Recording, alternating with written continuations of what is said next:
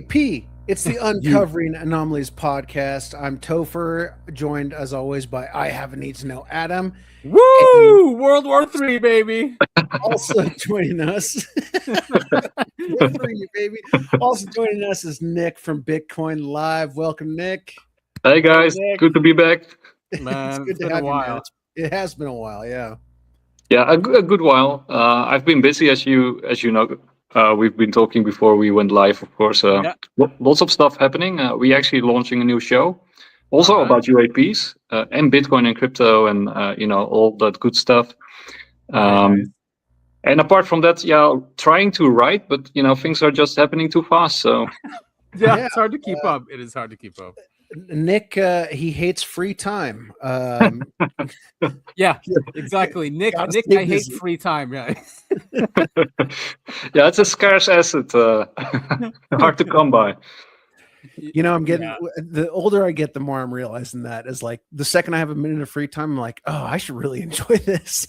You don't really have that opportunity anymore. Exactly. Yeah, but. And it's sort of the balancing act between consuming and producing, because there's also a lot of stuff that you want to consume, like the news events that are happening, and then you want to balance that or integrate that into what you produce, right, to stay relevant and up to date. So it's almost not doable. Yeah, and also, I mean, psychologically, it feels so good to produce. I mean, we all like to consume, but or at least me, I do feel guilty at some point if I overconsume, if there's too much consumption going on. I'm like, and like you just, I mean, time is precious, right? We're here for a very limited time on this earth, and all of a sudden, you're gonna be in your 60s and 70s if you're not taking care of your time and trying to. You know what it is? Consuming is nice while you do it, but it sucks afterwards, because then you think, I could have spent this time different. But producing sucks while you're doing it, but feels great when you're done. Yes, and so that's so true. Yeah. You feel value actually, and then you can waste time. It actually feels good to waste time. Like a reward. Yeah, exactly. But if you do it the other way around, like, if you first waste time and then start producing, that often doesn't work. That's so right. Yeah. Also true. Yeah. It feels like a burden, right? Yeah. That's like, when you're a child and then you do so much in a day and each day feels like a year. And then when you look back, the time is very compressed and it felt like, it didn't take any time. And then, the reverse is also true. When you get older, you waste a lot of time often. Not me, but many people waste a lot of time. And then it feels like it takes a very long time. And then when you look back, it's gone. Yeah. Oh, man. Yeah, I mean, I remember, being at high school, like 15, 16 years old, and being like, oh, God, this thing that I want is a year away. That's so far away. I know. Now, and it's just like, I blink. Like, I still think of like 2016, 2017. I think that was like yesterday. That was 10 years ago. It's not nuts, man. Yeah, the older you get, the quicker. Like, we're in March already. So, like, a blink of an eye, it's like a year goes by so quickly. Yeah. I forgot what I wanted to mention. I had to do with you, Topher. I completely forgot what it was. But all right, hopefully it'll get to me. But I mean, there's so much going on, guys. When we first started planning the show, we wanted to do a UFO UAP update, which we still are, because Trump announced the whole thing, right? And lots of shows happened, lots of interviews happened, so we can go through those. But in the past couple of days, the whole Iran thing, and I'm sure hopefully we don't have to tell our listeners, but it's crazy. It is just insane. It's unprecedented, I'd say. But we have to give kudos to those who deserve them, and Sid actually got 2 predictions right? Oh yeah. Yeah, he got it right that there would be a war with Iran, but I think he probably wasn't the only one. I was hoping it wouldn't be necessary, or that we wouldn't go there, but it was probably more hope than. It's kind of obvious. It's Trump. Yeah. We know who owns him. We know who owns Trump. And he also got the assassination right. Yeah. Oh, he said Khomeini would get assassinated. Damn, that's a good one. He did. Yes, he did. That is a good one. I would have to say the Iran one's not that hard, but that Khomeini one's a good one. You know, I just gotta say, you know, born too early to die in the Middle East, born too late to die in the Middle East, but hey, man, born just in time to die in the Middle East. Let's go. War in Iran. Jesus Christ, what the hell is the U.S. doing? I know. I mean, I feel like we should just make the entire show about Iran, you know, instead of like. But it's you know, hard not to. Yeah, and the thing is, and it's hard because what do our audience want? I mean, you know, our audience are into UFOs, UAPs, and geopolitics. We always bring in geopolitics, but well, it's a huge part of it. Yeah. Yeah, but I mean, I think. Okay, what if we go quickly? I don't think it's a lot actually UFO, UAP stuff, but it does seem boring though compared to what's going on. That's the hard part about doing a weekly show. Adam and I will send each other links about stuff that's going on all week, and then we record on Sundays for listeners who are unaware. Saturday night or Friday night, everything seems to happen, and it was just like, well, what the hell? So we had all this stuff planned, and you know, of course, all of the big news happens, you know, Friday, Saturday. It's ridiculous. It is. Yeah, it is. But also, you know, I think I made this tweet about you know, these governments being a little bit like magicians or jugglers, because they're moving on all fronts, right? I mean, like you said, like it was not only what happened in Iran, but that sort of overshadows all the other things that also happened, right? Because on the issue of AI, there was a huge developments on AI. Yes. Yeah. Economy, huge developments in economy. UAP, huge developments in UAP. Epstein, huge developments in Epstein. Yeah. So they're doing all these things at the same time, but right now they want you to focus over there. True. While they're also doing those other things at the same time. Works every time. War works every time. Every time. Yeah. It's like exactly. There was a really funny meme with Trump. He's pointing over the temple and the Epstein temple on the island. He's pointing over it to a UFO. He's like, "What's that?" You know, and this is what they're doing with Iran too, in a way. He's like saying, you know, look here when we forget the Epstein files. Forget everything else. Forget all this corruption that's going on with the government, and just although Iran's looking pretty bad for them as well. I don't think it's turning out as what they thought. They, you know, someone lied to Trump. There's no way they thought this retaliation would happen. I don't think so. They thought they'll go in, they'll kill Khomeini, and you know the people would uprise and take the government, and nothing happened. They killed Khomeini. Now all of a sudden they have a new leader. The IRGC is still in control, and they're bombing the entire region. What did they do? What did they accomplish? Nothing. Yeah, I think, you know, it will be interesting, right, how this develops and if it can be contained. I think, you know, the first strikes that they did like last year, I think they were like a preamble to this one, because I think they wanted to if Iran actually has breakout capabilities on, you know, the nuclear front, as Netanyahu has been claiming for 30 years, then you know, you would want to take out those facilities first before you do this, right? In case they do have breakout capabilities. But if they actually do have it, I mean, those compounds are deeply underground, right? And they had time to restore or, you know, regroup. So who knows, right? Who knows what will come? And I, you know, in Europe, France and Britain are sort of, you know, making moves to possibly supply Ukraine with nuclear weapons. So Russia is getting anxious about that, and then Russia is using incendiary bombs in Ukraine now. So, and then, you know, if I were Russia or China at this moment, you know, you could open a new front somewhere else, right? Like Taiwan, Sure. Yeah, exactly. Perfect time to take Taiwan, actually. Yeah. Everyone's busy. But I mean, just going quickly back to like Iran. I mean, all these interviews I'm hearing with Iranians and on the ground there, they're saying that, you know, everything they're throwing now, these are old stuff. This is old stuff. It's been sitting for a while. They're just throwing it. They're getting rid of it, and they haven't even started yet. And a lot of the munitions, the interceptors, are being depleted. You know, Doha is getting hit. Israel's getting hit bad, man. I mean, yeah. Anyway, I think I got a lot off my chest. Maybe I'm ready for UAP. What do you guys think? Yeah. Oh, wait, there's aliens? Oh, shoot. No, I know. It just seems so distant and stupid now talking about it, you know? But, I mean, the thing is, it's happening.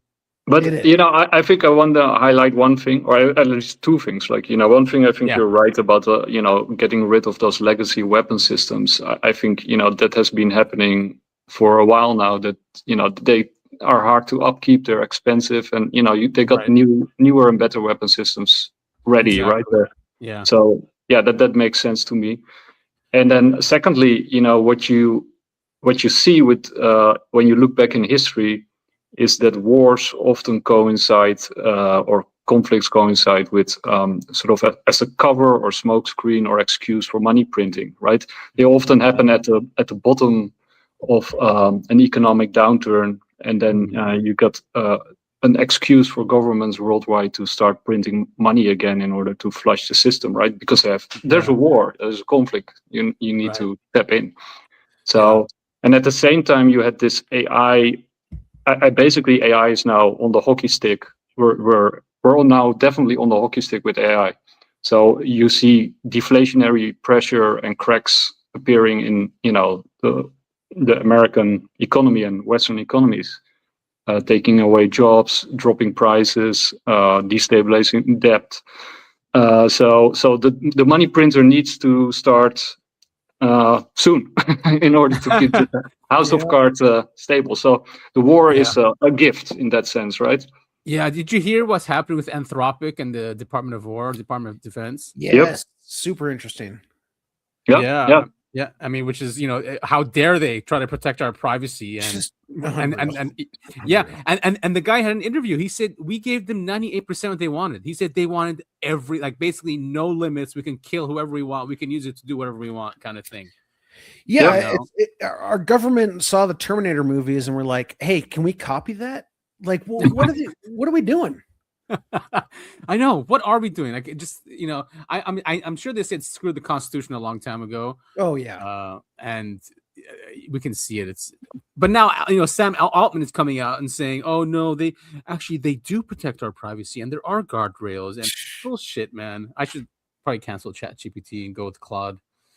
But what they're doing is, of course, when you look at the bigger conflict, is they are in competition with the BRICS and especially with China, and China is, of course, in some sense way ahead when it comes to AI, right? They have unlimited data that they can use. They have no red lines or guardrails. They have what they call gladiator venture capitalist, right? They are, no, that's actually a term that they use. That's cool. I've never heard of that. That makes a lot of sense. I love it. Gladiator. Because they are, it's really cutthroat and they can copy paste each other's works. They look at Silicon Valley and they laugh because they're so sluggish and slow. No red lines. There's no, because there you have you can defend your ID or you can't allow it to be copied by others. And in China, it's just the strongest survive. It's like it's a free market to the max, right? So law of the jungle. Law of the jungle, yeah. So they are very flexible and adaptable, and and they don't have privacy laws. They don't have a constitution like we do, right? So they can. Finally, the government is in full support of what they do, right? So it's like they got all the government resources at their disposal, which is, of course, that's what America is now trying. They're trying to copy and compete with China, and that's also what's happening with Anthropic and now with OpenAI. Who would have thought that capitalism would have destroyed, the Constitution when this country was set up with those two in mind, right? The Constitution and capitalism. The founding fathers really believed in capitalism. But basically, what it's capitalism on the way up, and then you got crony capitalism, and then it's communism on the way down. Yeah. But the problem is broken money, right? If the money wasn't broken, you could actually have working capitalism. But that's where it goes wrong. Mm-hmm. True, and once you have a central bank, that's not capitalism anymore. That when that's central planning, and central planning is communism, socialism. Yeah. Now, I just want to start with this because you were talking about AI and people losing jobs, and I remember this clip, and obviously this is AI, but this was hilarious. Really yeah, I don't know if you've seen this, Nick, but you would definitely see the humor in it. By 2030, almost 80% of people had lost their jobs. They had no money, no purpose, but they had a lot of time on their hands. The less people actually did physical work, the more they wanted to appear as if they did. What if we could use the energy of humans to power the machines that took away their jobs?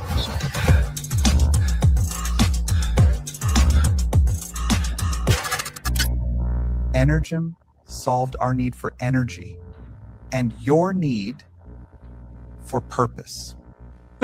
Yikes. By 20. Oh man, It's nice. yeah, Yeah. pretty brilliant. Lot of truth in there. Yeah. Right? Yeah, exactly. I agree. All right, but into the UAP stuff, and I just hate seeing his face right now with what's going on. But let's just try to ignore. Let's try to ignore what's going on. Department of War. Yeah. Ay. Now I did try to highlight these Topher, just make it easier for us because there's a lot of articles that came out about this subject. But this is in the Times. Hegseth shares update on government release of UFO files under Trump's direction. Yeah. There's pretty much one quote from the guy. Everything else we know. Yeah, he said, "We've got our people working on it right now," he said Monday when asked by a reporter if he was prepared to potentially declassify such information. "I don't want to oversell how much time it will take, but we're digging in." Yeah, it doesn't really sound like he's going to do anything, right? No, it's going to be never. We don't have to get in a tiff like last week, but I have Oh, I need to apologize for that to everyone. I did apologize to Topher, but I was in a mood and I was just so frustrated. And for some reason, I snapped when that happened. And it just, all I said was, I don't trust the government to tell us the truth about these things. And yeah, it led to a thing. Oh my God. Yeah. So I totally apologize for that, man. No, you're fine, dude. It's fine. I think it makes for good radio. Right. When asked if he thinks aliens exist, Hegseth said, "We'll see. I get to do the review and find out along with you." Yeah. This is the Obama thing, a week ago when he was like, "Oh, there's no aliens underneath what do you call it? Area 51." Fuck, just would you call it? What's that thing again? what a bunch of horseshit. Yeah, but Obama was interesting. Yeah, they apparently don't tell presidents. Yeah, come on, man. Yeah, there must be a huge conspiracy. Yeah, we know there's a huge conspiracy, and you know it too. Yeah. But Obama really framed it like a lawyer. He's a lawyer, of course, with his background, but he kept it as open as possible so that he could you would always have this plausible deniability, but sort of the things that he said in combination with each other, even though he can deny each of them, which he did. It's interesting that he put it the way that he did. Yeah. And then he had to come out and clarify, a day later. Oh, right. I'm just saying, I think that alien life exists out in the universe, but we haven't found it yet, or whatever the hell he said. But, I mean, it's the same thing. Hillary testified to Congress the other day, and she said, "Well, as far as I'm aware," or whatever however she put it, "I've never met Epstein." Like in lawyer speak, it's perfect. As far as I'm aware, that gives you a lot of leeway, right? But to the people who don't know Dr. G has a really cool YouTube channel, and he's you shared that. Yeah, I saw that. He's good. Yeah. I've been following him for a very long time, and it learns you about human psychology, but also body language and indirect expressions. Something that you express without even knowing that you're expressing it through your body language. Yeah. And he did a reading of that presentation by Hillary. And it's the things that he pointed out in that video are very very interesting. So from her body language, from he's actually hired by in court cases and for high criminals and stuff. He says, from her body language, she clearly does know Epstein. Well, yeah, I mean, Epstein was visiting the White House when Bill was in charge. Ghislaine was at her daughter's wedding. I mean, these people were very closely tied. Exactly, like really close, not just like acquaintances. Go ahead, Nick. No. Yeah, but watch that video. It's because it's very interesting where she tells the truth and where she doesn't tell the truth. Because you sort of without knowing it, you want to amplify or amplify when you are telling the truth or when you know when you think you're right, and you want to sort of downplay or ignore or hide when you're lying, sort of. And then it's very interesting where she is clearly not telling the truth and where she is telling the truth. So I'd like him to do Bill Clinton, because Clinton just released a video about Epstein, and that guy's a great liar, man. He's the best. Yeah, he's the best. He is the best, right? All I know is he did not have sexual relations with that woman. Remember that? Yeah. With his thumb up in his hand. I did not. He did some readings of Clinton. Yeah, Clinton is a very interesting fellow. But so far the only release that he did was a pre-recorded thing, and then then it's almost impossible to get a good reading from something like that. I did not know that. So it's better if it's off the cuff live. Yes. Okay. He also did Pam Bondi. That one is also really good. He did the one that I'm sure that's fun. The one when she went to Congress. That one. Very interesting. The Dow. The Dow. Yeah. The Dow. A 50 thou. And I think this is just a video version of what we read, but let's see Hexeth. We can see his body language at least. He's answering the question that she asked. Protect our assets. 3 days ago, President Trump directed you to begin the process of identifying and releasing the UFO and UAP files. I mean, did you ever think that you would be the Secretary of War in charge of potentially declassifying extraterrestrial life to the American people and the world? Did not have that on my bingo card at all. Are you prepared to do that now? Of course. I mean, we've got our people working on it right now. I don't want to oversell how much time it will take. Right? We're digging in. We're going to be in full compliance with that executive order, eager to provide that for the president. So there'll be more coming on that as far as the process of what we'll do. And what sort of time frame? Do you have any sense for how long this is going to take? I don't have a time frame for you yet, but stand by. The for office. Wait, did you guys see him laughing when he first heard the question? He was cracking up, and then he got serious. No, actually, I was laughing, so I missed it completely. Well, this is actually this is like the first time I actually see him move. Oh, really? Yeah, you're right. He's usually not very animated. I think here, she starts asking. He cracks up. 3 days ago, President Trump directed you to begin the process of identifying and releasing the UFO and UAP files. Yeah. I mean, did you ever think? See, then he got all serious. Yeah. Yeah. Oh man. Yeah. It feels like the U.S. government, for whatever reason, is not going to take this seriously.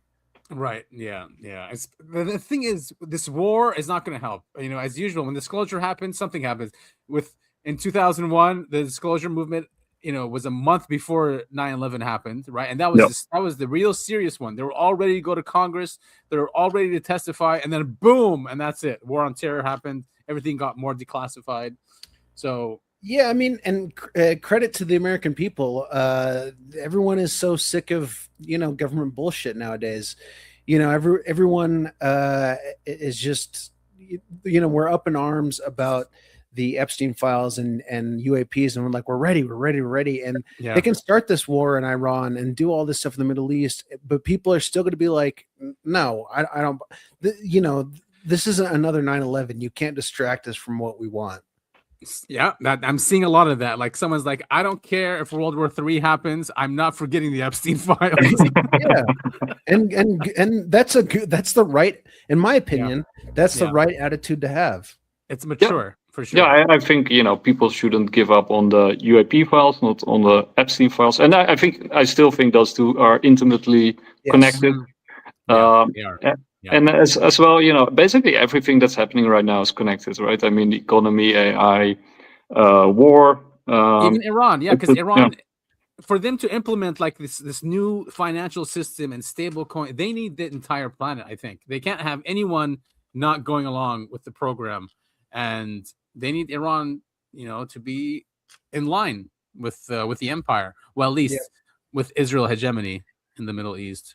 Yeah, and I think they got Venezuela, so they are protected, energy wise, right, from oil shocks. So if there's there is an oil shock because they closed the Strait of Hormuz, but basically America is fine, right? They got an oil station across the pond now. So but for the BRICS, this is a real big deal, right? Because if they lost Venezuela, if they also lose Iran, they also lose Iraq. So that only leaves Russia, and Trump is doing everything to get Russia into its orbit. So and it becomes very, do you want to stick with the BRICS if you're on the losing team? I don't know. That is a very important perspective, I think, that maybe people don't really look at, and this should be looked at from a BRICS point of view. You're right. Venezuela is part of BRICS, and it's a huge oil producer. Iran is part of BRICS, and it's a very strong foundation, I think, of BRICS.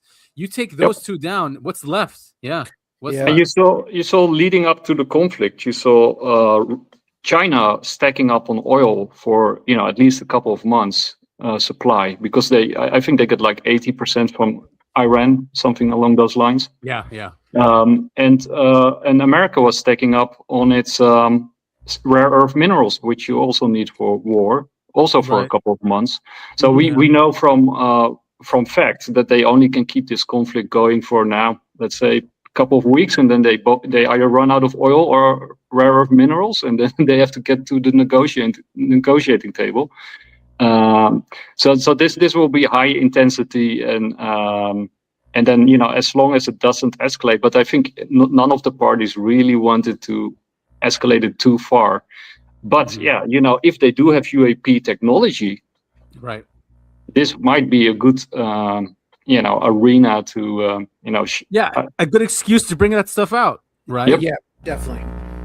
Well, okay, let's see. I think, does he continue here? Let's see. Director of National Intelligence said today that her office was going to begin the process of declassifying reports on extraterrestrial and alien life. I'm going back to these types of questions because the American people have wanted to know the answer to these questions for a very long time. And so I'm just curious if you think that, one, if this is the beginning of disclosure for the American people and the world, and two, if the Pentagon is actually prepared to start declassifying some of these things that might really shed some answers on this instead of keeping it secret. We'll work with the DNI as we always do. I'm heartened to hear that she's doing that.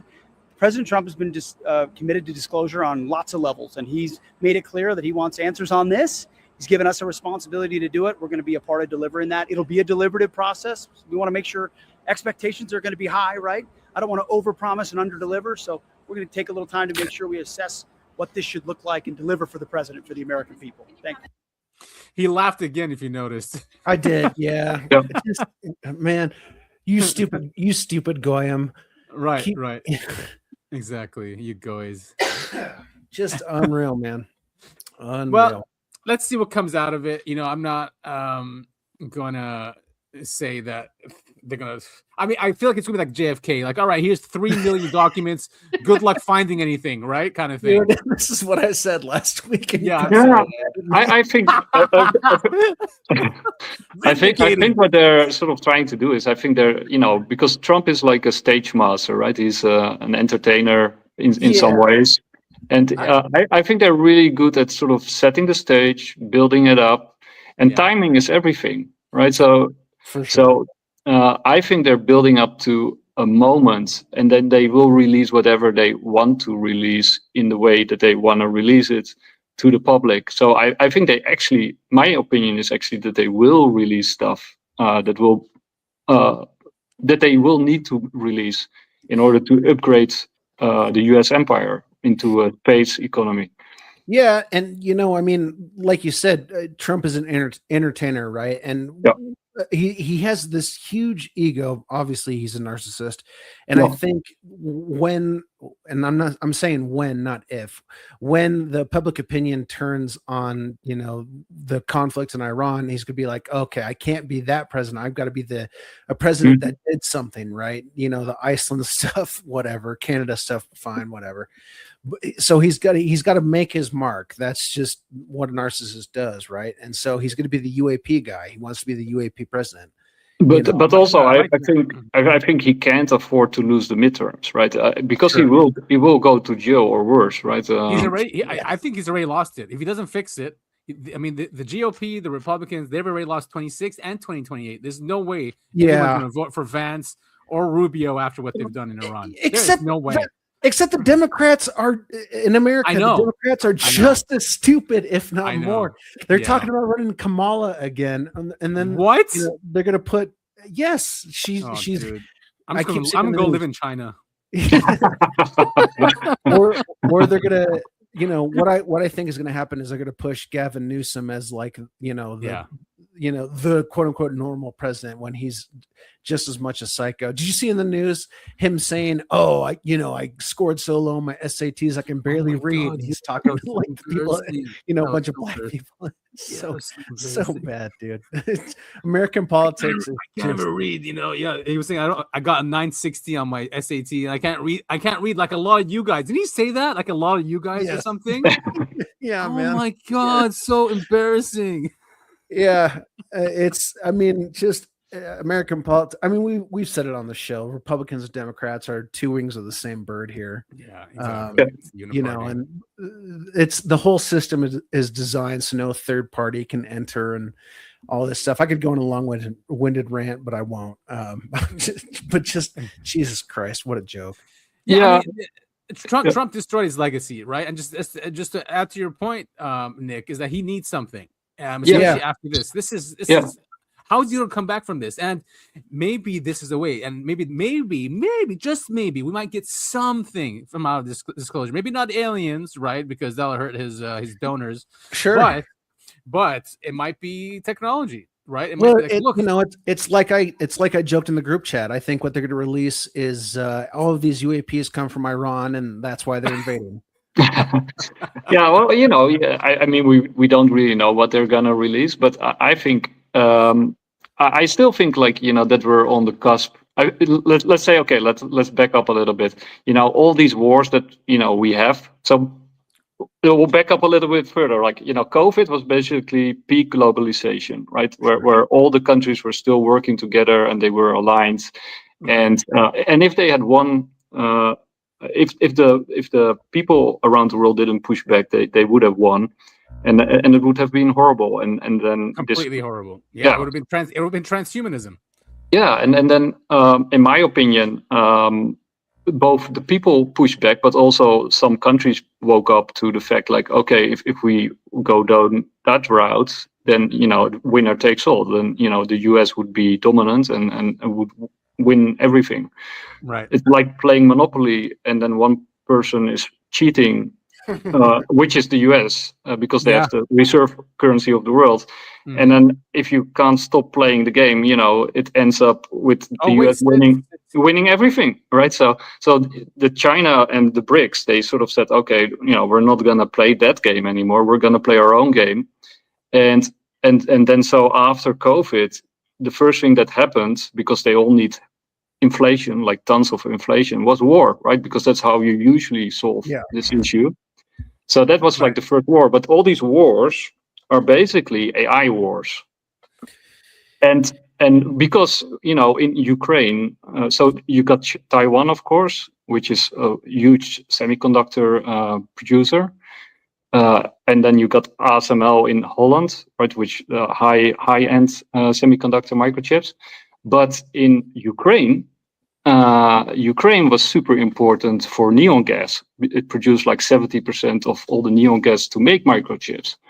And you also had the boycott of Russia from getting microchips, which sort of forced them into the war, or at least exacerbated the war. And the onshoring of microchips towards China was, started even before that, right? So you see, actually, you can look at all these wars and conflicts through the prism of AI, and when you zoom out even further, then the AI they aren't AI wars; they are space wars. What we can call these, looking back in the future, these weren't the first AI wars; they were actually space wars. So the first, they are space wars already because they all use satellites. Actually, the first space war was the Iraq War in '91. That was the first space war. Yeah, go ahead. Yeah, but I mean also with the target or the goal is towards space, right? Because you need AI in order to become a spacefaring economy, right? So AI will be crucial. So and then that's why the rare earths are also so important, right? And so from that perspective, I think plus the perspective from winner takes all, because with crypto, if you use CBDCs or stablecoins, but especially CBDCs, you can basically take out all opposition, right? So I think even though I agree with you that Republicans and Democrats are two wings of the same bird, I think that bird is gonna lose a wing. The question is which wing is gonna lose, and so it's all or nothing. It's cutthroat and winner takes all, and Trump can't afford to lose the midterms, so he has to do something big to turn it around. And I think, plus, with AI, as in Mexico, they just, the government just lost all their information to a hacker who got around. I saw that. Yeah. So basically, I mean, the midterms are in November, so he doesn't have that much time. I mean, what's happening in Iran and in the Middle East is a mess, and the repercussions are not going to be a joke. It's already like he destroyed allies. Like you're talking, this decision what he's done is going to destroy Dubai. It already has, right? Dubai, Bahrain, Qatar, all these places and countries that were safe for investments and safe for Europeans and Americans to start up businesses and just, and tourism. It's just gone. And they're still getting hit. The Burj Khalifa, Burj Al Arab, Palm. You're talking about like these places where like, it was like a utopia. Like seriously, I'm not kidding. Like, and it was just always safe. You got cheap labor. You got people doing stuff for you. And I don't know how he's gonna get out of it in 6 months. I don't see it. Even unless he's like, look, here's the crafts from Roswell. Here are the aliens. It's gonna have to be something like that. Like well, why not, right? I mean, because just you guys also know Whitney Webb, right? Yeah. So, and she made she does a lot of interviews. Of course, I don't follow all of them, but she also does these short clips. And in one of those clips, she actually makes the same point as I do. It's like with Epstein, basically they don't need Epstein anymore. Right? They now got Palantir, so you don't need to blackmail people. You don't need this whole operation anymore. You can do it just in real time. So you can sacrifice that entire thing because you don't need it anymore. And also transparency. I mean, you can't hide stuff anymore because look at Mexico. So why not use your weakness as a strength, right? Just since you can't hide it anyway, use it in your advantage and just throw it out into the open, create more chaos. Did you see that leak? Did you see that leak about Palantir that Peter Thiel and Alex Karp have a secret database of every single leader, every single investor of what they do, using their software. They have all this blackmail. Yeah. Good so Lord. Yeah, you're right. Epstein and these type of networks are not needed anymore. No. I mean, if you have vices, if you have a vice and an addiction, any type of addiction, if you're addicted to porn or whatever, or something, or some type, that's it. They have it. It's in your file and can be pulled out at any time to use against you. Yeah, but I also think we're moving to a world where all that stuff no longer matters, right? Because you got deep fakes. You can fake my voice. You can fake my face. You can fake basically everything. And plus, it's almost impossible to hide anymore. So I think we're going to sort of what you see in science fiction movies. Like what's The Fifth Element, for example? You see people walking around half naked, crazy hairdos, crazy outfits. Because I think in the future, people won't have privacy anymore and they don't really care anymore what other people think about their vices. They will celebrate their vices. And I think they won't be blackmailable anymore. So how would you control people then? In that, so if there's no fear of vices or no embarrassment or shame, how How can you control someone's, I don't know, someone becoming prominent or someone? We already know the answer, right? Yeah, because that's crypto in CBDCs, right? I think people don't realize the power of a CBDC. I sometimes talk to my younger brother about it, and he says, "Yeah, but Nicholas, we already have digital money, right? So what's the point? What's the difference?" Programmable though, right? It's not programmable, and it's sort of like having a backdoor in your wallet, right? So you can't take your money out of your wallet. Your wallet is your money, and your government can reach at any moment directly into your wallet, take out of it whatever it wants. It can say on who you spend it, with whom you spend it, when you spend it, how long you spend it, how much it's worth, what you spend it, in what area you can spend it, for how long you can spend it. And you can also link it up to your vitals. You can put it under your skin. You can link it to what you think, what you. So basically, money. It won't be money.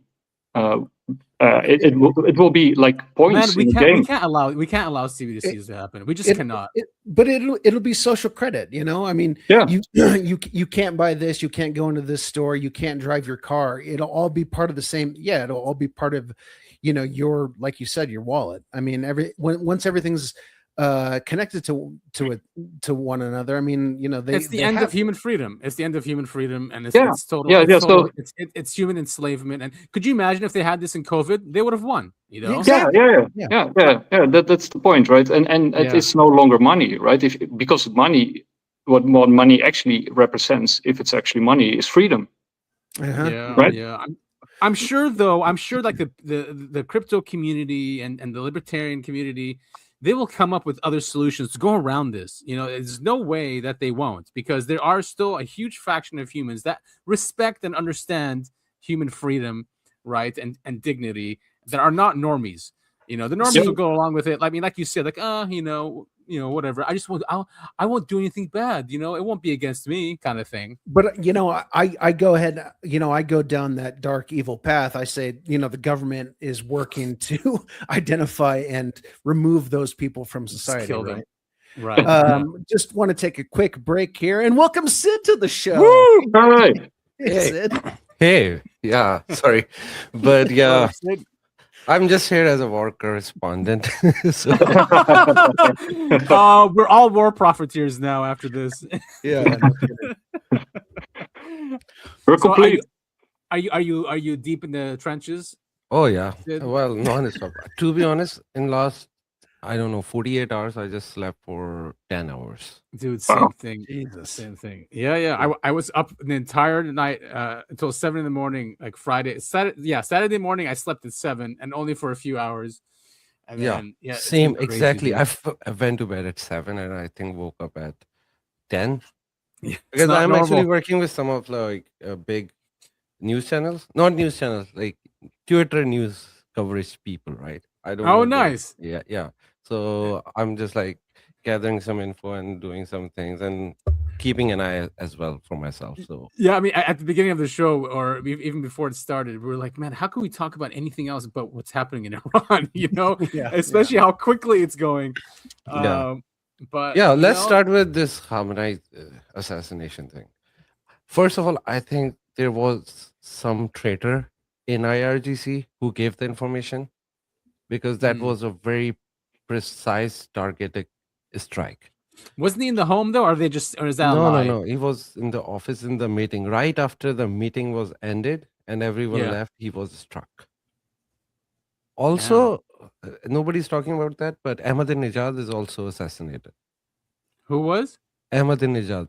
Oh yeah. What? He was? I didn't know that. I did not see that. Yes. Nobody's talking about that. Ahmadinejad got assassinated yesterday. And it was a precise strike as well. So I think Giorgiani's claim that Ahmadinejad was working for Mossad was wrong. Otherwise, they wouldn't. I hate that guy. Yeah. So I'm pretty sure they won't assassinate their own guy. Right, exactly. Johnny doesn't know what he's talking about, man. No, seriously. I mean, I guess when it comes to UFOs, half of the stuff he says is okay, but when it comes to politics, especially Iran, I think it's like 99% lies. The guy has no idea what he's talking about. Yeah. Like he starts like saying like, "Oh, Muslim this, Islam, and then Aryan nation, Israel, all that stuff." Yeah. And then he doesn't say like who allowed the Muslims into Iran, and it was the Jews who lived there. They're the ones who allowed them in. He talked, and the conquering happened from that, and he's probably one anyway. But yeah, that's he is actually. But then the biggest part is like, which I was not expecting, that GCC countries will get hit that hard. Dude, so bad. Bahrain is destroyed, to be honest. So bad. Yeah. And then UAE. I'm actually very surprised about UAE. Dubai, man. Dubai. I can't believe what they've done to Dubai. Yeah. It's crazy. Oh, by the way, they are not targeting like random locations. They are targeting a specific safe house of American soldiers or Israeli people. Right. Because they have safe houses, and then where they are staying, these agents in the hotels. So, they are specifically targeting those. And to be honest, I think the casualty numbers is way higher. It's in hundreds, if not thousands. But they are not saying it right now. Did you see that footage of like the sheikhs leaving on the helicopter? Is that true? Like I saw a quick video this morning. It showed all these UAE sheikhs getting onto a helicopter, leaving.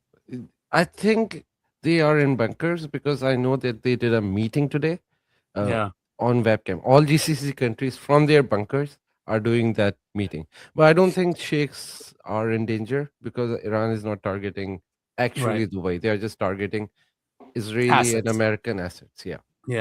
However, with UAE, I think Saudi wants that, and Iran and Saudi had some kind of a secret pact that bound them, because otherwise they won't do that. Because even in Bahrain, they didn't target like hotels or anything. They just specifically targeted the bases.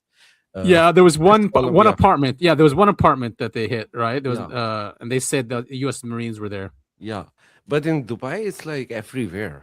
Even Sharjah Mall got attacked. I saw Sharjah Mall got hit. That's like so apparently that is a downed drone. So it wasn't targeting the mall. I think they tried to down it or intercept it. But it got hurt. Yeah, exactly. Because Sharjah is so close to Dubai, right? What is it? Yeah, I mean, without traffic, is like half an hour. Half an hour, something like that. But this is just the beginning. I mean, I gotta say though, I love what's happening to Tel Aviv. I'm saying it straight out. They deserve it after what they've done to Gaza, and I just love seeing it. There's that even a residence. It wasn't even a residence. It was an opening to a bunker. I forget what where it was in Israel, but it was an occupied territory, Beit something, and just took it out completely because they have. And to be honest, one thing, you are not seeing anything, because there is a new law in Israel that if you record and publish a video of getting attacked, you will get 10 years in prison. So in true Israeli fashion. Yeah, so majority of the videos are not coming. I think the destruction is way higher. Just before I was joining, I was reading that now Trump is saying, let's start talking again. But Iran is not gonna talk. No, they're not. Because they said no. This is a miscalculation, because they thought Khamenei was the hardliner. No, he was the soft guy. Exactly. He was stopping all this destruction. Now, like, you open the can of worms. They are not gonna stop for a very long time until like I think they won't stop until at least Netanyahu is gone. I think so too, and I think they're not going to stop until because they did mention this. They said that fatwa was from Khomeini. They said Khomeini's gone. Yeah, that fatwa is not. Fatwa is null. Yeah, the nuclear fatwa is gone, which means I think they're going to try to take out as much infrastructure as possible. Give themselves, who knows, 8 months, 10 months to. I think they're going to build a nuke. That's the only way they'll survive. That is the only way they'll survive. Oh, by the way, that fatwa was stupid. There is no Islamic law which prevents you from building a weapon. It's for defense. If it's for defense reason, to be honest, that's just deterrence. You don't have to use it. No country use it. So that's like, for example, North Korea, they have it, but they don't use it, but they are safe. So I think this in near future, I think we'll see atomic Iran. I hope so. Just for them, I hope so, and for the Middle East, because Israel should not get that region. They don't have right to just completely take over those countries, all their resources, all their assets, all that oil, all that land, just because they say and claim the Bible says it's theirs. Yeah. Also, the president of Israel said after Iran, Turkey is next. Yeah, I saw that. I'm like, are you insane? Like, first of all, you didn't even win in Iran. You just take out the soft guy. So yeah, they're addicted. And Pakistan, they still have to take care of Pakistan, and Pakistan is not a joke. Pakistan, they will save it for the last. First of all, it's so far away. Second, they are nuclear power, so I don't think they will touch them directly. I think they will use India for that. But and that's why he brought Modi in for that whole stupid weekend. Yeah, but even Modi is not that stupid, because the last war that had Pakistan, like it was last year, Pakistan destroyed it. Not destroyed, but like they defeated completely. It was quick too. Down, it was like one day actually, less than a day. But they took down their 7 jets. That was it was pretty embarrassing. Yeah. So I think. Oh, one more thing. In Pakistan, the American consulate was attacked by angry Pakistanis. Oh, I saw that, and then they got shot though. 9 people are dead already, and like dozens are injured. What a mess! It's just all a mess, and Trump also is such an idiot. in Baghdad, U.S. embassy is attacked. Oh yes, I saw that as well. Did they get through? Well, they are. If not, then they will. But I think they're burning something outside. The Iraqi Shias are not a joke, and they're united now after what happened to Khomeini. In Iraq, even the Sunnis are like the regular Sunnis, not the Kurds, but the regular Sunnis are not like fighting Shias.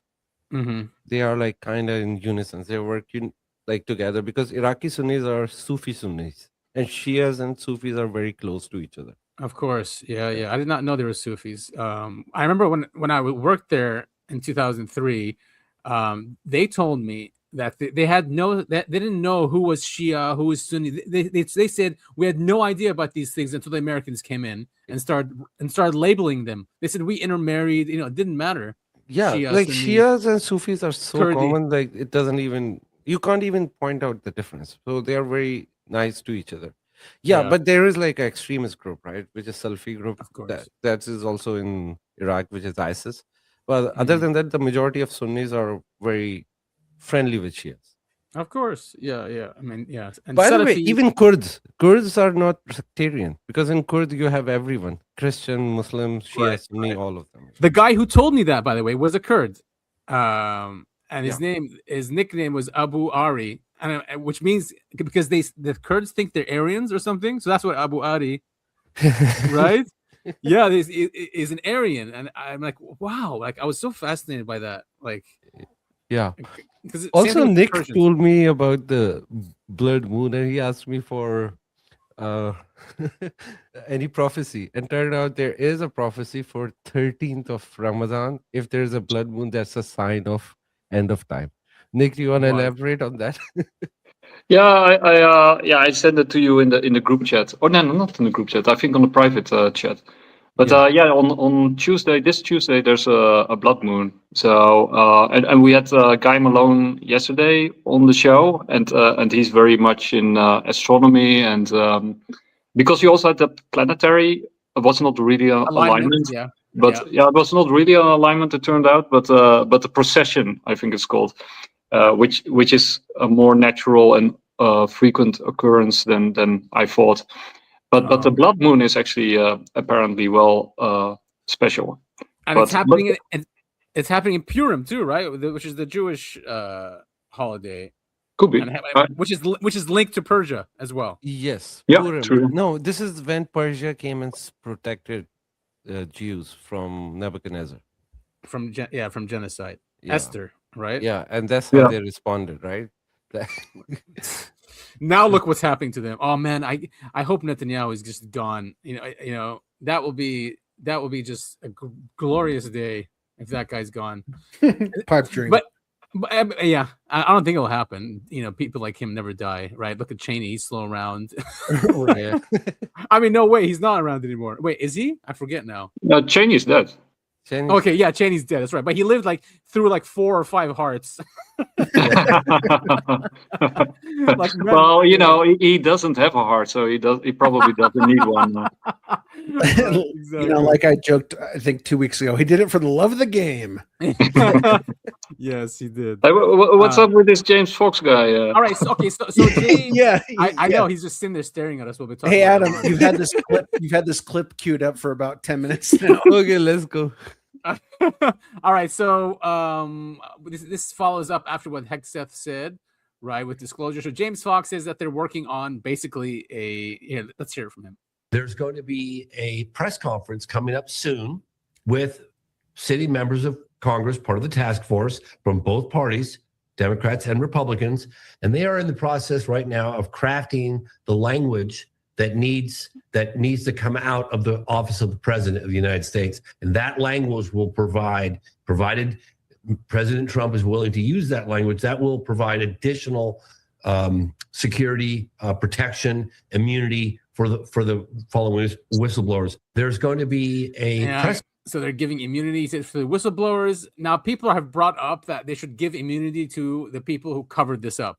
And I want to see your opinions on that. And do you think these people who are responsible for the cover-up, the 80-year cover-up, deserve immunity? Well, my opinion is that we're in a very, very, very, very, very dangerous situation.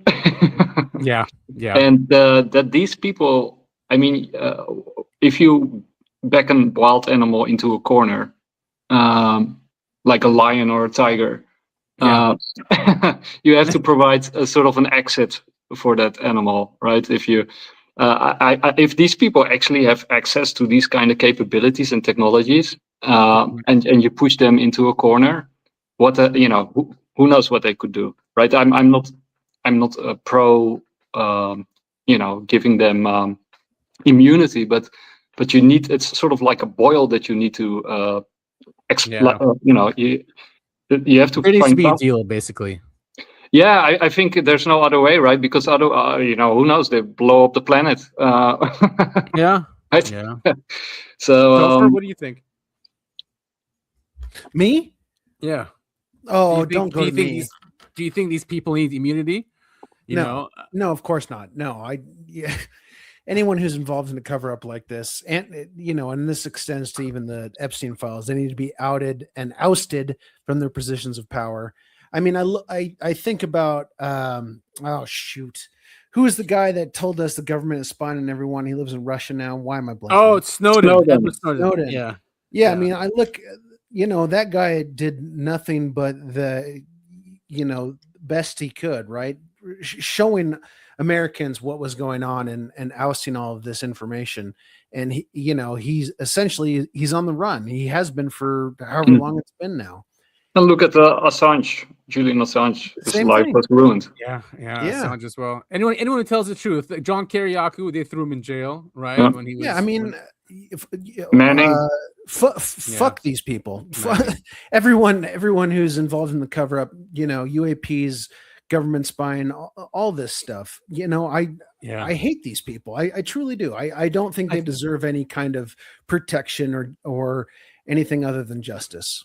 Yeah, I think from what Nick's saying, he provides a good point there. Is that if they have these technologies, and where you had the deputy under Secretary of Defense, he even said they can do laps around the B2. That's the most advanced thing I have, right? So that's who you're up against, and maybe they don't even need immunity. They're like, oh, I'm above the law.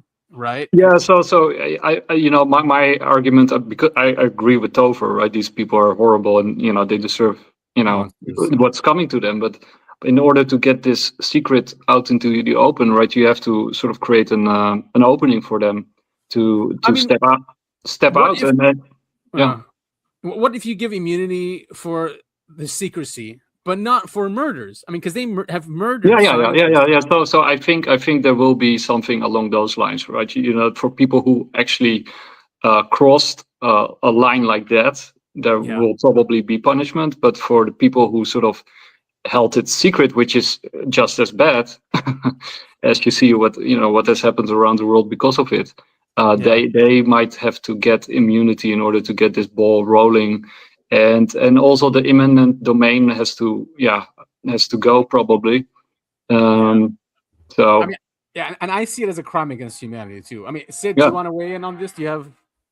No. So one thing I'll say, even if you give them immunity, they are not going to come out and say we did that. And very true. They don't have any records. I think they are not keeping records of their evil doing. So it doesn't matter if you give them immunity or not. But yeah, I will say give them immunity, and then the moment they confess, just take that back and hang them. Hell yeah, Sid. Hell yeah. That's the way to do it. Sid, you sound like a military strategist. The art of war. Yeah, exactly. Oh, that was great. I love that. All right, Ross Coulthard, of course, he's got to weigh in on what's going on with Trump's order. He actually has a cooler clip. I'll play that in a bit. Let's see what he got to say here. We should have to wait for 30 plus years to get access to the files that we know exist. The really interesting admission in that section that you played from the president to the reporter was that he admitted there must be classified files relating to aliens. Otherwise, why would President Obama be in trouble for talking about something that was classified? And that's the intriguing conundrum behind the president's admission. He's effectively admitted that, yes, there are classified files pertaining to a non-human intelligence, aliens as they're called, and it's time for those files to be declassified. Declassified. That is the key word. I hear it, and I appreciate you reading in between the lines for us there. Let's talk about timing, because President Trump's saying he's moving forward with releasing these so-called alien files due to the tremendous interest shown. Some are saying there may be other motives here. Do you have any thoughts on the timing of this? Is there something that may soon be uncovered here? A lot of people are speculating that there might be something in the still redacted portions of the Epstein files pertaining to UFOs, because intriguingly, Jeffrey Epstein was very interested in consciousness and advanced propulsion, which are the buzzwords for people talking about UAPs. And it's very interesting. I just wonder whether the president, perhaps in the back of his mind, saw this as an opportunity to distract the public. So I think it's not going to work, because I think a lot of people are intrigued by what might be in the Epstein files. And interestingly, there's quite a lot of speculation that they do contain things on UFOs. But either way, I think the key issue that we have to keep on reminding people about, Natasha, is what the president said really isn't any different from what he pledged to Joe Rogan in the months prior to the last election. He told Joe he was going to declassify, he was going to make files more available relating to UAPs, and that hasn't happened. So he can make promises like this. Is he going to follow it up with an executive order? And the other question that I think a lot of people are asking is this part of some kind of pre-planned slow rollout? As you might recall, there's a British filmmaker called Mark Christopher Lee who claims to have a contact in the White House who's telling him that the president is going to make an announcement on the anniversary of the Roswell crash from 1947. Oh my God. He just said it, Nick. He just said it. That's what they're going to do. I think, my take on it, I think when you look at the world, everything is speeding up. And I think we just hit a curve with AI. And I think this year will be even more crazy than I thought at the start of the year. I think things will speed up tremendously. And I think a new world is just around the corner. So I wouldn't be surprised if things get really, really crazy. And they just, I think they, so my take is they weaponize all these files, right? The JFK, I think they are weaponizing the JFK files, the MLK files, the UFO files, the Epstein files, and they're setting the stage. And it's all about timing, because people have very low retention spans. So it has to occur at the right moment in the right way, and they'll spin it any way they like it and they need it. And then for full impact, to achieve full impact. And I think, so I think brace yourself. I think it will, this year will get really, really crazy. Yeah, and regarding AI, I also have an update that they use Cloudflare AI to assassinate Khamenei. So I'm sure. It wouldn't surprise me. They already in told us, like it's a public knowledge now, that they use Cloudflare. So be careful while you using Cloudflare, because if they're spying on them, they could be spying on you too. So yeah, and Cloudflare is an Israeli company. So I would stay away from any Israeli company, right? 100%. Yeah. Yeah, but to be honest, also from any American or Chinese or Russian or I mean, yes, European. fine. Okay, fair enough. But they're not Israel, man. Israel, there's something wrong with those people. Like seriously, like they take pride in just deceiving and killing, and I don't know. Also, if you ask me if there is US, Israeli, and Chinese, and I have to pick one, I'll pick Chinese. I'll go with Chinese, because that's like the most safest option. Isn't that in crazy? This world right now? I can't believe. I mean, I live in a world where I would rather take Chinese technology and trust it over United States. I mean, but crazy. It is great. It is crazy. What a sad state of affairs, It is. That's that a country like China, a communist country, which we were brought up and brainwashed to think has no morals at all, right? Actually has more empathy and morals toward humanity than the countries of the West who profess that they care about that. It's just it really is mind-boggling. It could be a psyop from the Chinese too. Who knows these days? Yeah, seriously. And they've convinced us of that. I don't know. Yeah, I'll just stick to individuals. Okay, yes, I like that. Right, exactly. No, I will generalize, man. It's very. I think it is very important to focus on individuals as individuals, and to judge people as individuals, right? Because we are judged anyway. Mm-hmm. And I mean, nation states are sick to the core, right? I think to become a nation state or to become a country is basically to sell your soul. So I don't, I wouldn't trust any government on the planet. True. Yeah. I mean, as a government, you become psychopathic when you are a state. There's no empathy. Yeah. You want to survive, and it will do anything to survive. Yeah. All right. So, and this is Senator Mike Rounds. This is important because he said that only firsthand witnesses have come to him. You know how they always say, "Oh, no firsthand witnesses have shown up." It's just I heard from this guy and I heard from this guy and I read this and I read that. So that's why I thought this was important that we hear from him that people that have actually touched the craft and worked on the projects are the ones who have come to him. Sit on the Senate Intel Committee. You're on Armed Services. That's just some of the testimony you've been given has been pretty mind-blowing. I can share with you that the only folks that we actually sit down and talk with me personally are people that have firsthand knowledge of either a program or that have personal firsthand knowledge of actually seeing something or touching something that to them was not explainable. And there is something to this. I just simply don't know what it is. And to tell the American people that we do know what it is just simply wouldn't be truthful. There are certain phenomena that we simply can't explain.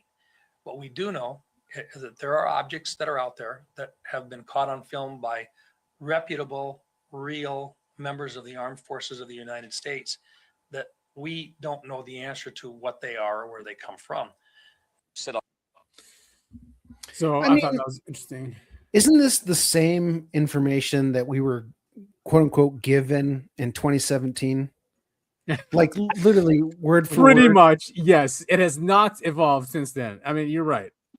It hasn't. Well, I think I disagree a little bit because you see them moving towards first, like UFOs in the sky. The encounters like with David Fraser. Was it Fravor or Fraser?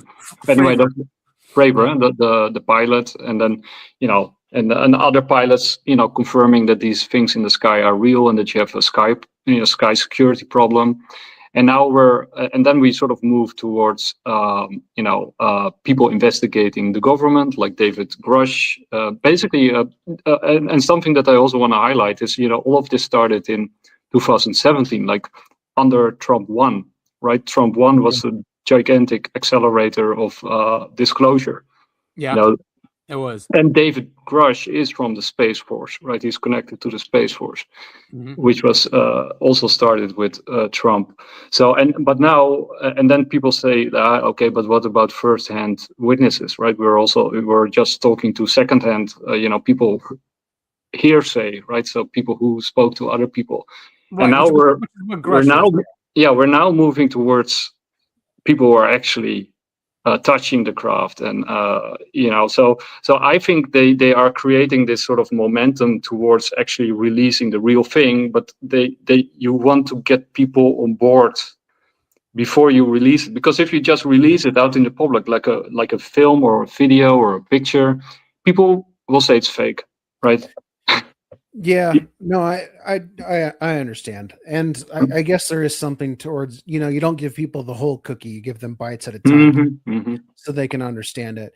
If Trump went live on TV and said reality is fake, these interdimensional beings are actually gods, it'd be like, oh Jesus Christ, like that's insanity. So yeah, I get the whole thing of you take small steps towards the larger picture. Yeah, and then just imagine like people, when a friend or a family member comes to you and he or she says like, I saw XYZ, that 9 out of 10 people will ignore that person and not take them seriously, even if they're their own flesh and blood. And but also, if they see it themselves, they won't trust their own eyes, and think that they that it was an illusion, that they made it up, that it was so you even have like cognitive dissonance within people themselves, because we have been so indoctrinated in the materials reductionist mindset that these things can't be real, so what I'm seeing is not real. So and like Tover said, imagine if all the governments or representatives of government go on television and say it's real.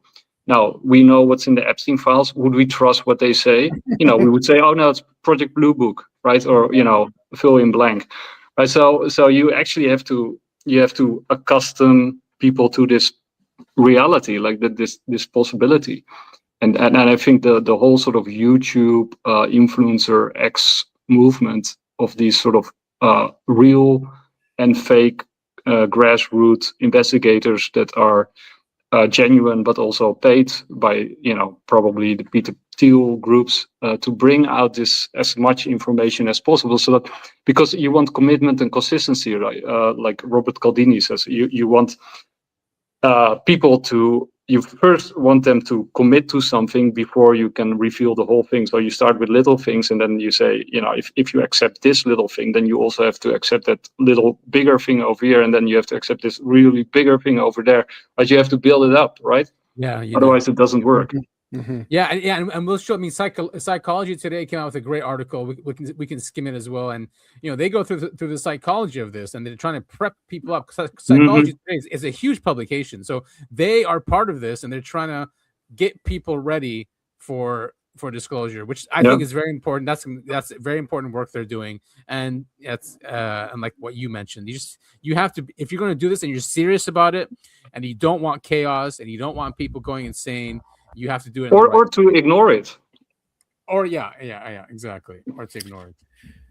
Now, of course, these guys come in, right, and they don't talk about the Collins elite in this article, but we know. Yeah, I mean, I was going to say, I was trying to to lead into this article, but the Collins elite, that's something that we probably should discuss at some point.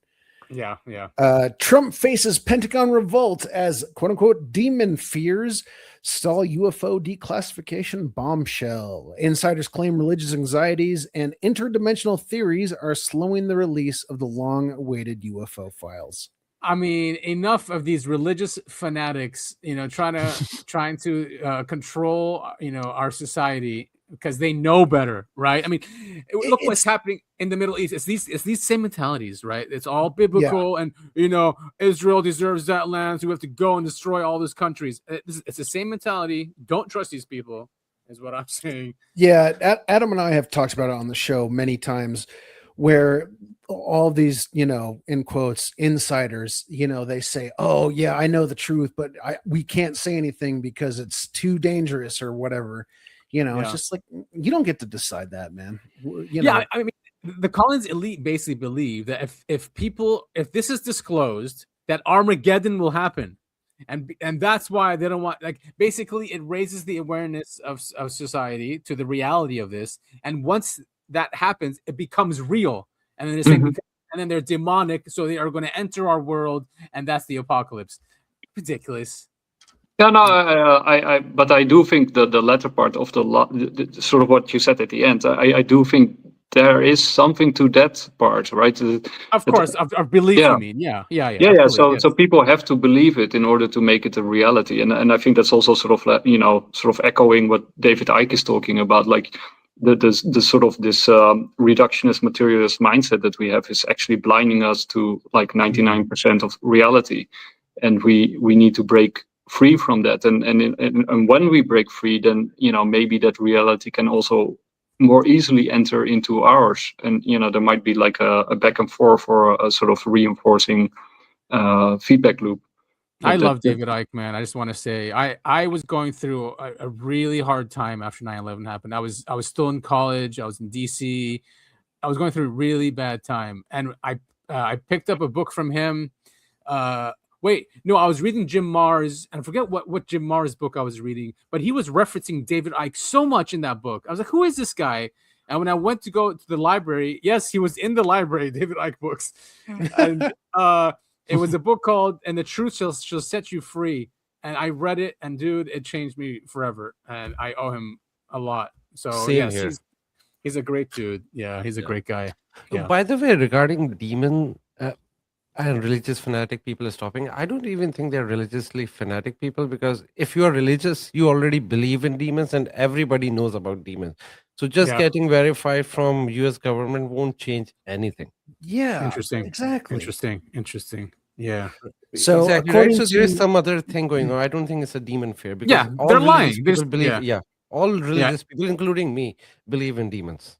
Yeah. Oh yeah. I mean, and you can see there are people who are clearly demonically possessed. Mitch McConnell.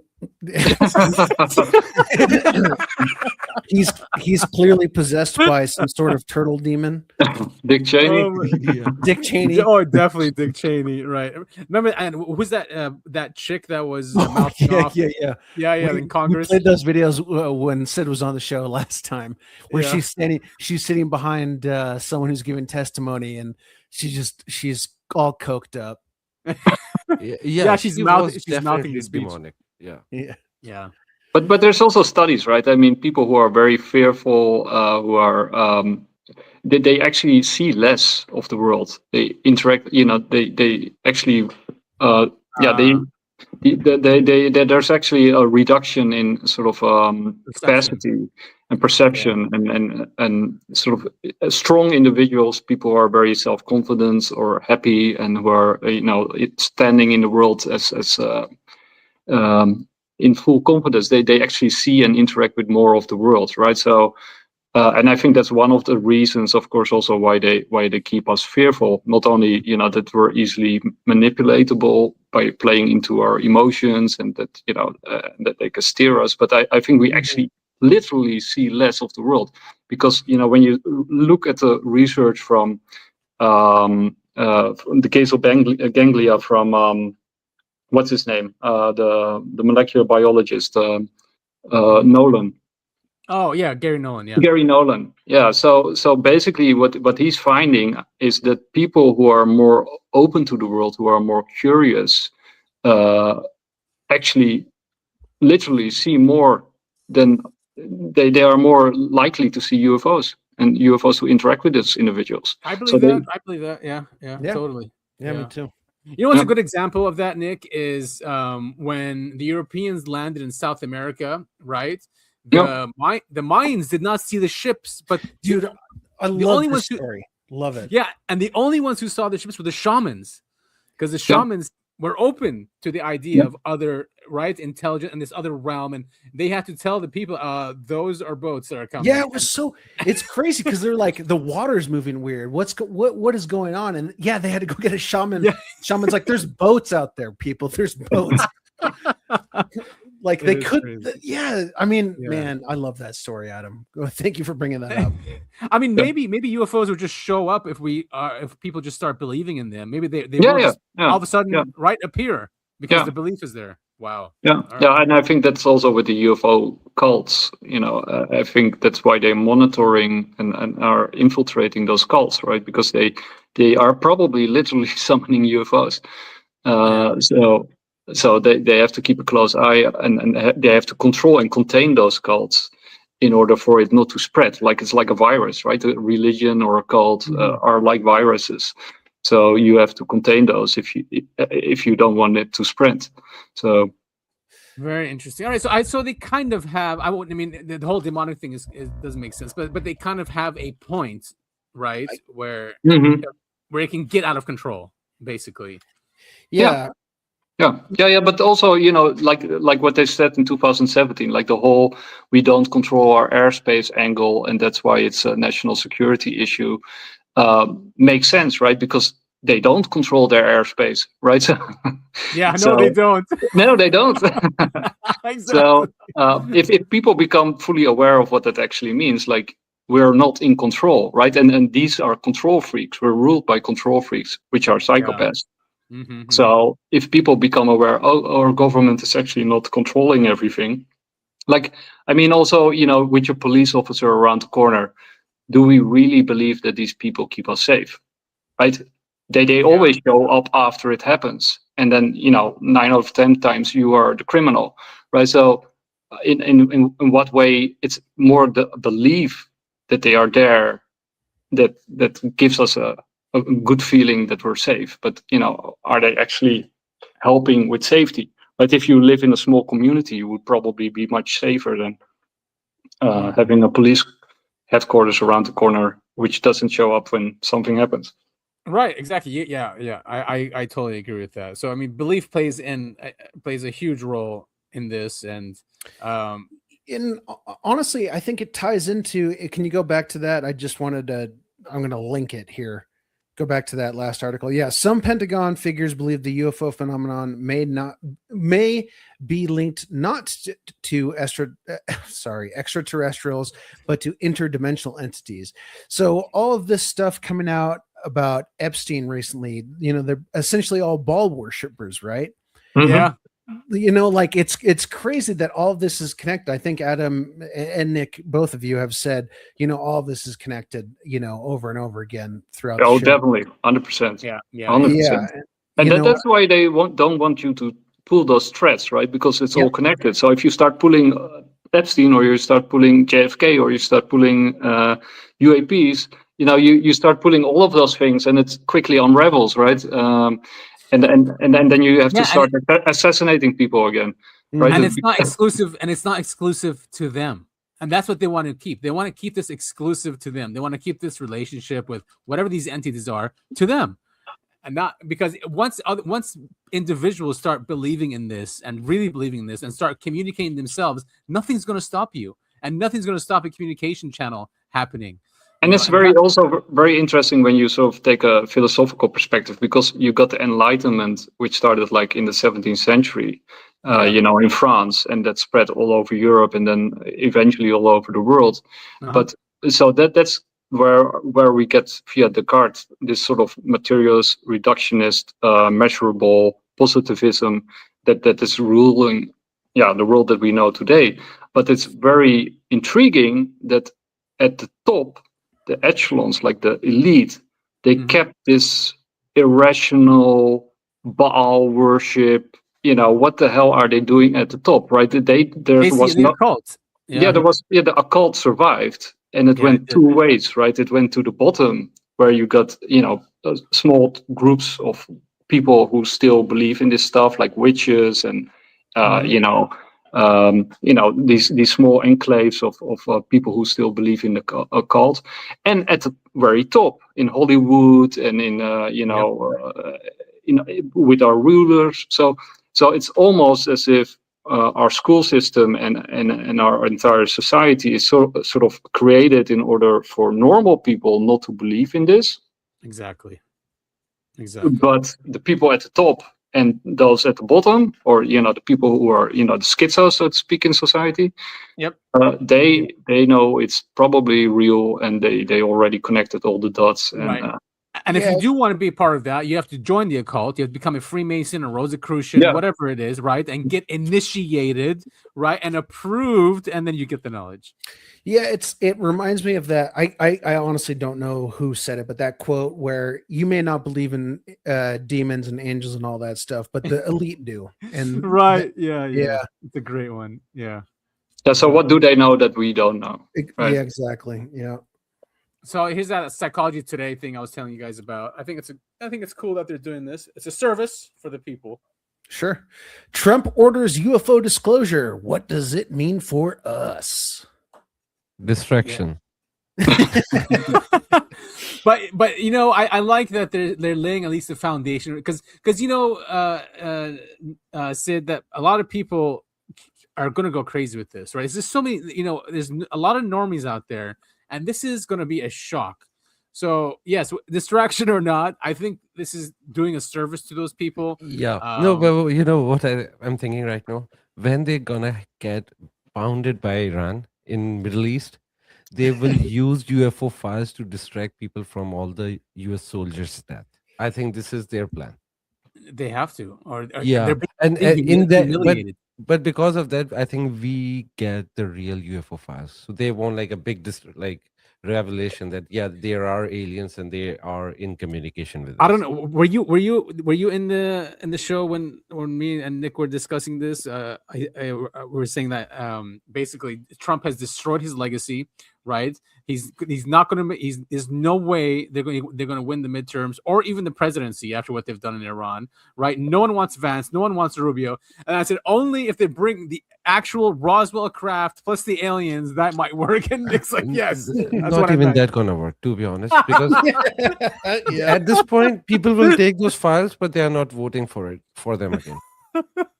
Who can? If you're just seeing how people are reacting, there's so much anger out there of what they did. And I will recommend Thomas Massey to not run for 2028, because no matter who run from Republican platform, gonna lose.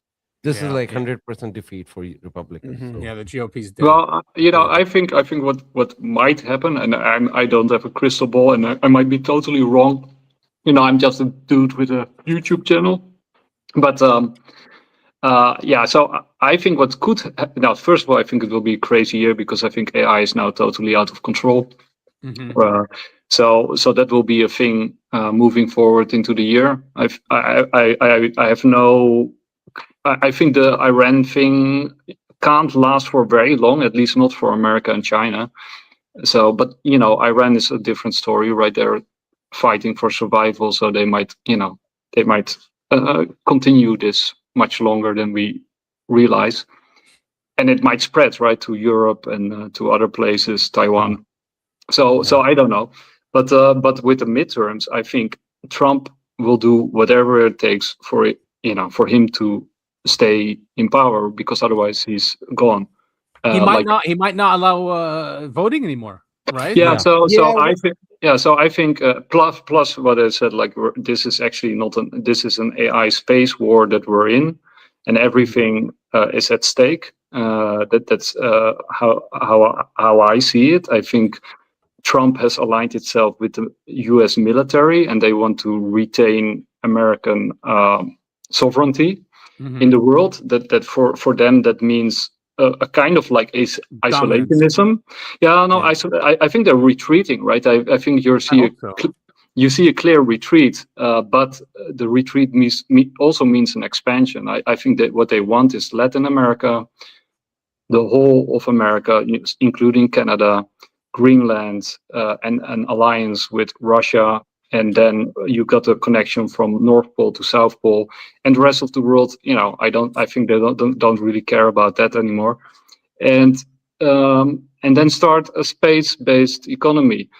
And I think that's sort of the aim here from Team Trump.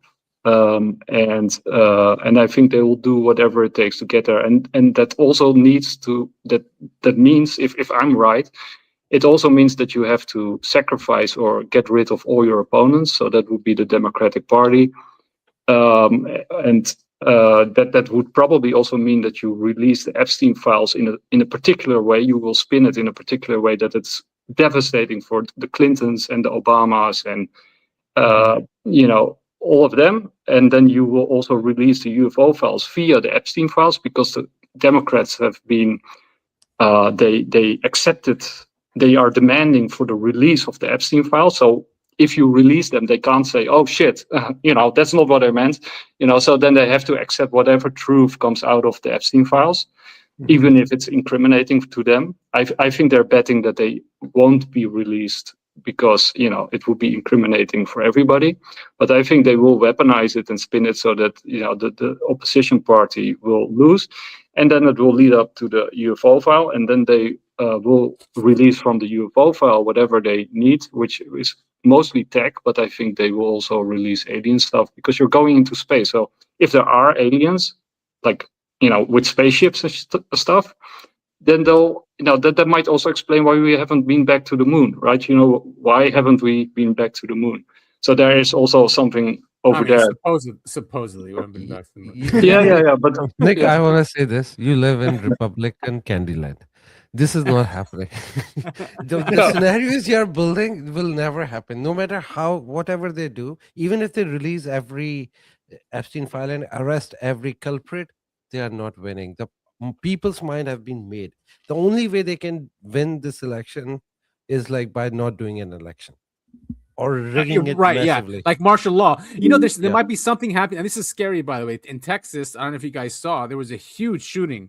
Huge, I think, in a bar, 19 people, right, were killed, and then they're blaming it on terrorism and Iran. So we could see, we could see a lot of this happening, and they could do martial law and then just shut it down, right? But I think you can do all of the above, right? It doesn't have to be either or. You can do all of it.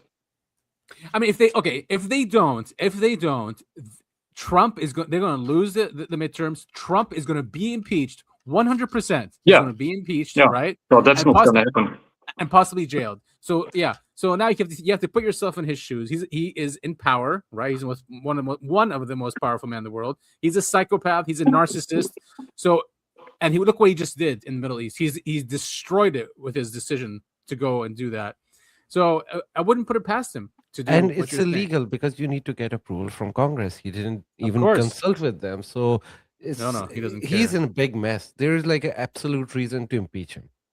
What do they have on him, man? I know he loves Israel, and he really does. He really, truly does. Okay, but to do something like this, they must have something on the guy, which is beyond what we can even imagine.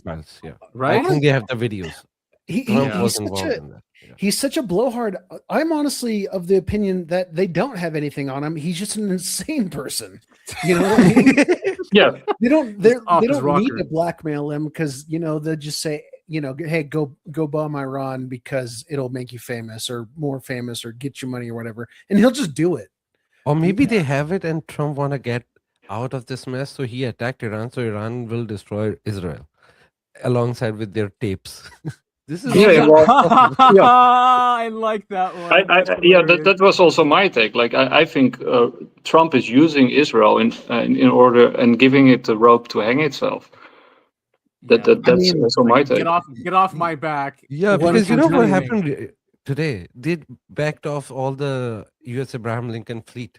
It is going back now. So I think they just did what they did. Now Iran is out of control. There is no serious mind over there. Everybody is angry. They are bombarding Israel a lot. Dude, it's crazy. While we are talking, I'm actually looking at the video nonstop. At this time, the weapons are the THAAD and those missile systems. They are not working at all. It's just bombardment. Oh my God, you're right. Iran is violating the Geneva Convention. They're crying. What is it that they strike you as they cry as they strike you, something like that. Yeah. Yeah. And I think, you know, one of the other things that's also very important that and that has to do with the economy is you got this big fight between the legacy banking system and the new cryptocurrency groups. And I think that's super important what's happening there, right? Because Trump, and you got the whole Jane Street thing that just happened, which is also super important. But the banking, you know, the banking system, which is being led by JP Morgan, who's never on the table when Trump does a discussion, a roundtable discussions, only crypto firms. You know, the banking system is not at the table, right? They're not even in the discussion. So they feel left out, and they're trying to launch their own pathetic little coins in order to stay relevant. But they're pushing really hard on stablecoin yield, right? So because if stablecoins get the yield that, you know, the stablecoin issuers want, then the banking system is obsolete, right? You know, by default, right? So they become, and JP Morgan is of course named in the Epstein files. Is this what you talk about here? This video you sent me? That's Jane Street. So that's for the people who don't know how the economy works or the financial markets work. You know, watch this video. It's not only about Bitcoin. This is about how any, you know, the Jane Street is actually banned in India because they were caught, you know, destroying the Indian financial economy. So to speak. The currency. No, not the currency, but the stock market. The Indian stock market regulator. I've got the name of they have a term for it, but Jane has been caught and they are banned there because they were sort of manipulating the entire Indian stock market. And apparently they're also doing it with Bitcoin, you know, selling at 10 a.m. when, you know, you have low liquidity. And basically what they can do, they can sell Bitcoin that they don't have. So they can buy it they can buy it on spot, and then they can take shorts, and then they can, you know, sort of sell Bitcoin that they don't have, and then the price dumps. And then they buy, of course, you know, Bitcoin, for example, at lower prices, and then they get the spread on the shorts, and then, you know, a short, of course, a little bit of damage on the spot, but, you know, the shorts make up for that, and then, you know, rinse and repeat. And then they got filed because apparently they did the same thing against Terra Luna. So Jane Street was the one that killed Terra Luna. And Terra Luna is, of course, very interesting with Do Kwon, because Do Kwon was basically Michael Saylor before Michael Saylor was Michael Saylor. And he was creating this Bitcoin reserve. And they were, at some point, they were starting to buy Bitcoin on a weekly basis. So if they continued, they actually could have started a super cycle by themselves in crypto and Bitcoin. So back then I actually said, like, this is a financial hit job, only I thought it was BlackRock, but apparently it was Jane Street. And one of the developers from Terra Luna who quit Terra Luna was adopted by Jane Street, and they told how Terra Luna works. And Jane Street took advantage of that. And then they destroyed Terra Luna. And Terra Luna is also interesting because it's a synthetic stablecoin. And a synthetic stablecoin, which I think could perfectly work. But with the synthetic stablecoins, you don't need fiat currencies or US debt instruments to back it up, right? So if you have a synthetic stablecoin, then you don't need fiat currencies anymore. It would be like a crypto native solution to the world that we live in. So with destroying Terra Luna and Do Kwon, all ideas of crypto native solutions were sort of gone for a long while, and then and that left room for Tether to take over. And we know that Brock Pierce is connected to Epstein. And we also know that, you know, the price of Bitcoin doesn't really matter because fiat money is going down the toilet anyway, right? So who cares about the value of fiat currency, because it's just a control system and it's being replaced by a new control system. And that's why they're just printing it like it doesn't even matter. Yeah, right? It doesn't matter, right? So who cares about the money, right? Because they're going to replace it anyway. So you can do whatever you want. So people who are saving in money, I truly don't understand. Okay, you have to pay taxes and stuff, but if you're selling your crypto for fiat money, That's sort of like, I don't know, throwing your gold out of the window in order to test gravity or something. Yeah. I mean, but still, like hard assets like real estate, gold, silver, those are still like important things to save. But yeah, if you're saving in an account, inflation is just killing you. Yeah, and then trust me, like after, because with each war, I think we're just hit, or we're about to hit the bottom, right? This might be more prolonged than most people think, right? It might escalate, so we might not have hit the bottom yet. No, they already said it's gonna go for at least 4 months. Recent U.S. statement is it's gonna go for at least 4 months. The U.S. is going to do. There won't be Israel. There won't be an Israel or Gulf left anymore. Okay. Yes. Okay. So this is true. Then this is what I'm thinking is going on. Then that means Trump is giving, because it doesn't matter if Israel is gone, right? The billionaire class that owns and created Israel are outside of Israel. Yep. So which means he's destroying the region, and he's going to give it to them after he leaves. He's going to say, "All right, I'm finished. Here you go. Here's Greater Israel. Right? No governments, no infrastructure. There you go. Here's your new empire. Go build it.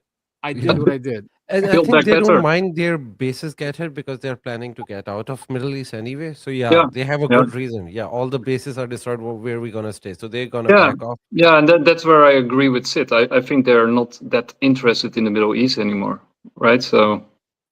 Well, they just want to give it to the Rothschilds, right? They say, "Here you go." go. Yeah, I think what they're interested is that Iran is a close ally to China, and they're if they can take out or seriously handicap Iran, then that has huge repercussions for China, because there's a reason that China imported like gigantic amounts of oil in advance of this conflict, right? Because oil is a real Achilles heel of China, like rare earth minerals are Achilles heel of the US, right? So that you really have to zoom out with Iran and look at the bigger picture, because it's Iran is just a proxy of the BRICS, right? It's about the BRICS versus. It's more than a proxy. US. It's literally one of the main player now. But what is also happening in Iran is a lot of the bombardment happening in Tehran, which is the most reformist city. So you are not only making them stronger, but also removing all the opposition. So this is not the way they should be doing. Like if I was a US strategist, I won't be playing this game. I would be doing the whole different strategy. This is where you are making them stronger, and this is a very bad day for Israel. And I think at this point they are doing it deliberately. I think they're sacrificing their people again. They don't care, and because there are Jews all over the world, right? And the ones in Israel looks like they're going to be sacrificed as usual with these. Just history repeats itself. But if they take out Iran's drone capabilities, which shouldn't be too hard, then that also has huge repercussions for Ukraine and Russia, right? Because Russia is getting its drone capability via Iran. So if that's taken out in this how are you going to take it out? It's not just one facility. They have like multiple underground facilities, and it's very hard to take out those facilities. And they already, I think, have produced around 50,000 drones, which are 50,000 drones, almost 100,000 missiles they have. Underground, and they have facilities to build the new ones. So it's not like they're gonna run out after 100,000. They will have more. So it's not like you're not gonna cripple them, because they've been planning for this war for 40 years. They knew this is gonna happen, and it is also being prophesized. So they go, because they are religious people, and religious people always go for prophecies. They have been planning that. I've seen, like 20 years ago, I've seen this battle plan according to the hadith. Like they literally draw a drawing where they showed that there are aircraft carrier attacking Iran, and then another attack is coming from Israel, and UAE is getting bombarded. This is 20 years ago I saw this painting. Speaking about that, I mean, Stratfor, you know Stratfor, right? It's like with Friedman, you got this whole club of basically neocons. And they predicted the war. They actually did war scenarios of Ukraine before Ukraine happens, right? So it's all So I totally believe Sid. I think you're right, and time will tell. I don't know. Maybe you're right. Maybe I'm wrong. I don't know. And and let's not forget though, Israel's got nukes. It could be crazy enough unless Iran could do something with Dimona, do something, I don't know, which will just decapitate them. But they have submarines as well. Like, let's not forget, this is Israel. Yeah. Okay. Yeah. So, I mean, with their nukes, I don't think they are deployed, or if they are deployed, they are not on the submarines. They are under the facilities. So if they destroy the top of the facility, the nukes are useless. And I think yesterday Dimona got hit. It did. Yeah, it did. So maybe they have already taken out those facilities. And don't forget, Israel, what's it called? The Samson option, right? I mean, if Israel goes down there, it's policy for them to take everyone else down with them. Yeah. It is. This is the thing. They're gonna not only take out the enemies, they're gonna take out their friends. Because this is the threat. If you don't help us enough, we're gonna destroy you. Exactly. You have to be all in. Yeah. And if we're going down, you're going down with us. Is what they're trying to do. I think it will be a very interesting year, and stock markets will be very volatile. The coming weeks. I'm glad I just got my energy contract fixed 2 weeks ago for the next 3 years, so I should be fine. So but for all the people who didn't do that, it will be very tough, right? Because it's already at $75 a barrel right now. And the premium is rising, so I think within few days, I think the crude oil will touch 100. Oh, easily. Yeah, easily. I think so too. Yeah. So, Gold, but that gold means will be that up, silver will be up. Yeah, that means that governments now have the excuse to start printing like never before, right? So do you think QE will be back on the table? I think everything will be on the table. I think we will go back to where we started in 2007, 8. Yeah. Oh God. I think it will be the final repeat of the cycle. Oh boy. So which means the stock market is going to go through the roof, artificially, of course, but artificially, yeah. The Dow. Right. Yes. Yeah. That's all he thinks about. The Dow. I mean, also, he was also announcing stimmy checks halfway this year, right? So I imagine huge stimmy checks coming to Americans soon. Oh well. I wonder if I can get in on that. Because you're overseas. You should. Just wait. You know what? Just make your address like my mailing address. If I can, I'll FedEx it to you. You After joke. taking my cut, of course. You joke, but my current mailing address is actually my parents' mailing address up in an undisclosed location. So you'll probably get something. I mean, you still have to file taxes as an American, even if you're overseas. No, I don't. I'm never filing taxes. Oh God! They can come get me for the $3 I owe. No. Well, the good news is that you have a what is it called? They give you up to $100,000. You don't have to pay taxes on. Wait, seriously? Yeah. So all you have to say is like you're making $30,000 overseas. I was joking about not paying taxes, but now I'm really not going to pay taxes. I think it's an exemption or something like that. Yeah, but Whatever. You can totally lie. Yeah. Anyway, Yeah. now I think I have a problem with my browser. I'm not sure because I did get a warning that I have to reset. Let me know if you guys can hear the sound. All right, let's hear it. Yep. No sound. No sound. No sound. Damn it! All right, so I'm going to have to restart it. Anyway, we're almost at 2 hours anyway. So I mean, we can continue, and then I can restart my browser, see if that works. But so how's UFOs going for everybody, huh?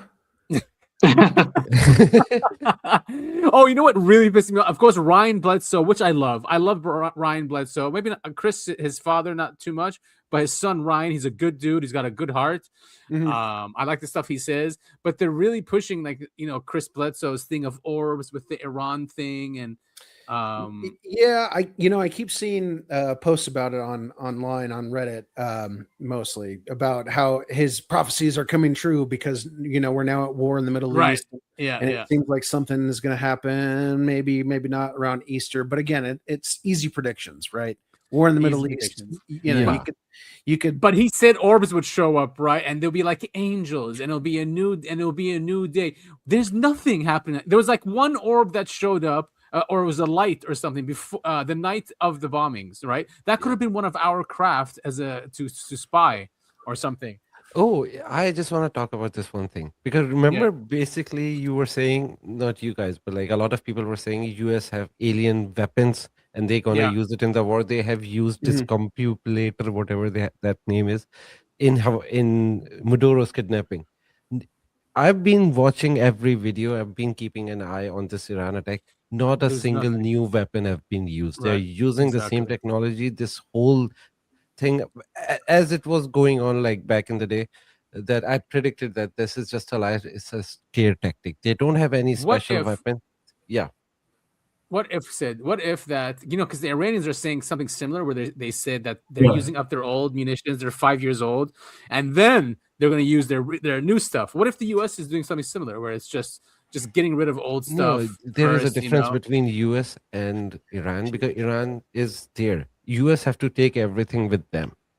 So they are not taking old stuff and then they're going to bring. No, Iran have this flexibility because they have to get rid of old stuff. This is their land. Majority of US Armada is like on their ships. Yeah. Right? So they don't have any luxury like that. So they didn't use it. Israel didn't use it, and that's the first day is the main day when you use those things. But we know that they do have it because there was a 90-year cover-up that is. No, I don't think they have like the U.S. Army, which go and fight, have that technology. I think only the chosen people like Lockheed Martin and those guys have that technology, but that's not in the hands of army. So we won't see any technology like that. There is the guy, the director of Age of Disclosure, he came out and he said he was told from people on the inside that these technologies wouldn't even be used in a World War III scenario. He said they'll only be used after the fact. After World War III scenario, they'll come out and then introduce these things. That's what he was told. I can agree with that. But I will tell you now that they are not using any technology because they don't have any technology. When I say they, I mean the main army and navy. Yes, secret society probably have that, and they are saving it for some reason.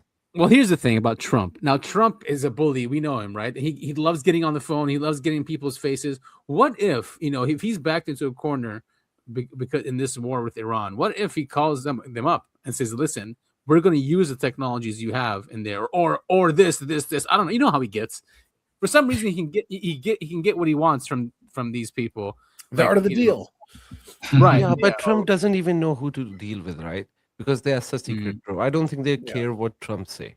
Well, I don't think they even like Trump. That's There is an interesting story, right, from a dark journalist who has been pushing that for quite a while about the uncle of Trump being connected to Tesla, and John then Trump.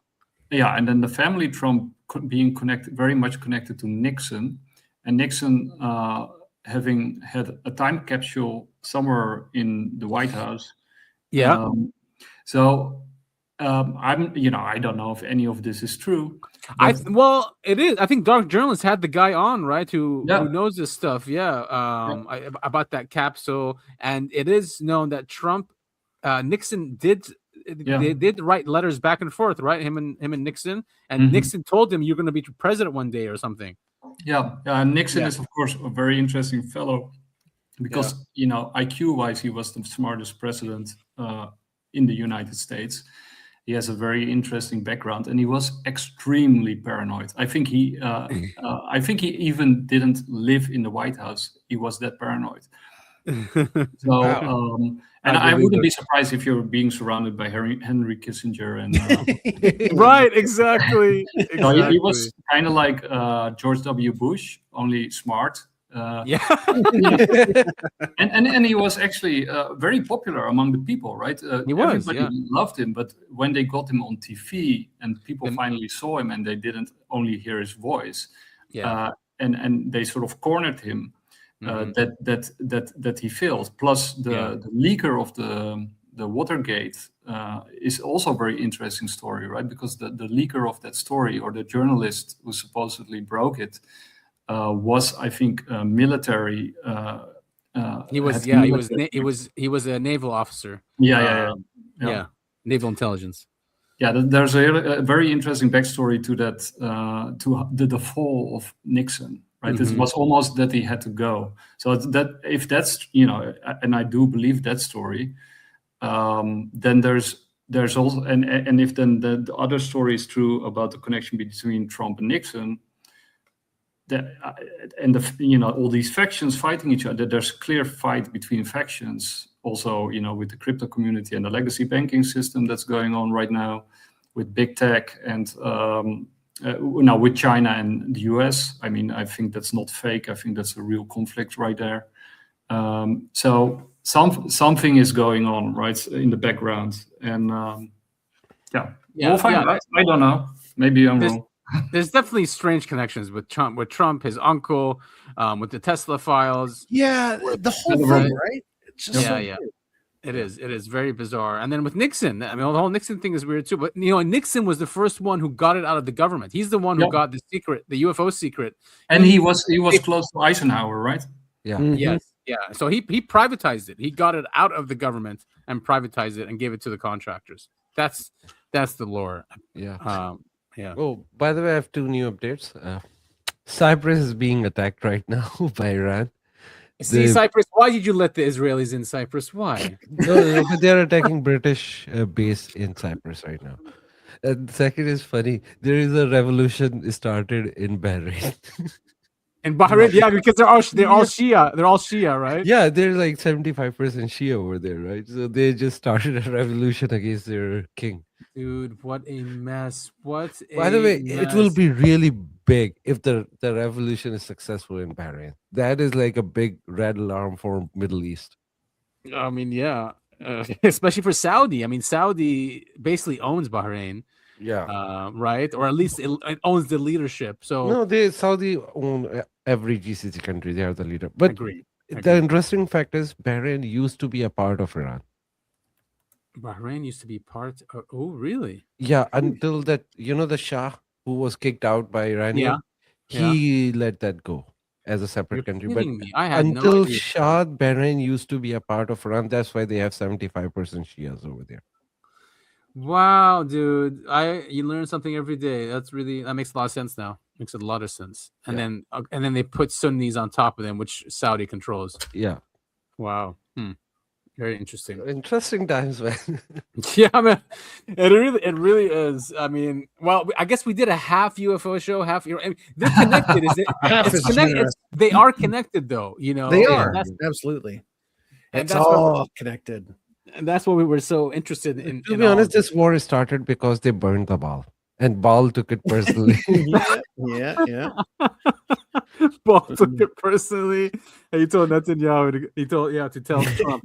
To go get them. Yeah. Oh my God! What a sick world we live in. By the way, I haven't had any time, but maybe you guys have had a little bit more time. But was there any other UFO news the past week? Because I did see a lot of interviews come by, but I just wait. I think my browser worked here. 1 second. I just know that we do have a hard. Right. Oh, I have to present. Yeah, no, you're right. Let's wrap it up. Right? And 2 hours. Yeah. But we could do it next week. So next week, until something happens next Friday or Saturday. I know. Yeah. There'll be a nuke drop probably next Friday. Yeah, Blood Moon is coming. Anything can happen, right? Blood Moon is here day after tomorrow. Yep, Tuesday. Yeah. Oh, yeah. Okay, well, we want to thank you all so much for listening to the Uncovering Anomalies podcast, episode 155. We're getting up there. We are. And we want to thank Nick and Sid for helping us out today. We always love having you guys come by. Absolutely. And I always learn so much from both of you. I mean, Nick, seriously, you guys, knowledge. Yeah. Even my mom, who's like listener, like fan number 1, is always like, "Oh, I always like it when Nick or Sid is on. They always know what they're talking about." Oh, she's calling us idiots. Oh, thanks, Auntie. Thanks, Auntie. We're just making it up. In contrast to me and Adam bullshitting around, we actually have some smart guys on once in a while.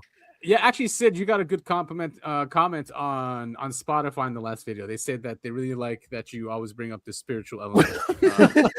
Hold on. Thank you to the commenter. They said that Indian guy. I didn't want to say. I'm not Indian, trust me.